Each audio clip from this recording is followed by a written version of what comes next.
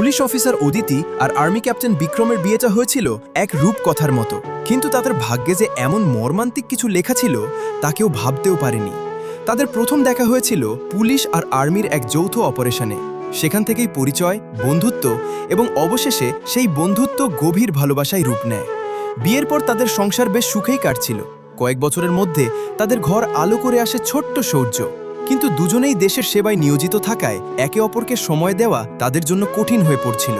Captain বিক্রমকে সামলাতে হতো সীমান্ত, আর অদিতিকে সামলাতে হতো শহরের আইনশৃঙ্খলা ও সন্তানের দায়িত্ব। হঠাৎ একদিন এক বিশেষ মিশনে ডাক পড়ল ক্যাপ্টেন বিক্রমের।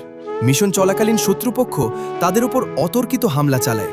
বীর বিক্রম নিজের দলের জওয়ানদের প্রাণ তো বাঁচিয়ে দিলেন, কিন্তু দেশের জন্য নিজেকে উৎসর্গ করে তিনি শহীদ হয়ে গেলেন। স্বামীর মৃত্যুর পর পরিবারের সবাই অদিতিকে দ্বিতীয় বিয়ের পরামর্শ দিয়েছিলেন, কিন্তু তিনি দৃঢ়ভাবে তা প্রত্যাখ্যান করেন। অদিতি বলেন, আমি বিক্রমের স্মৃতি আর তার আদর্শকে আঁকড়েই বেঁচে থাকব। এখন তিনি প্রতিদিন ছেলে সৌর্যকে নিয়ে বসেন, তাকে তৈরি করেন যেন সে বড় হয়ে তার বাবার মতোই দেশ সেবা করতে পারে। দেশের প্রতি এই দম্পতির এমন ত্যাগের জন্য একটা লাইক তো দেওয়াই যায়।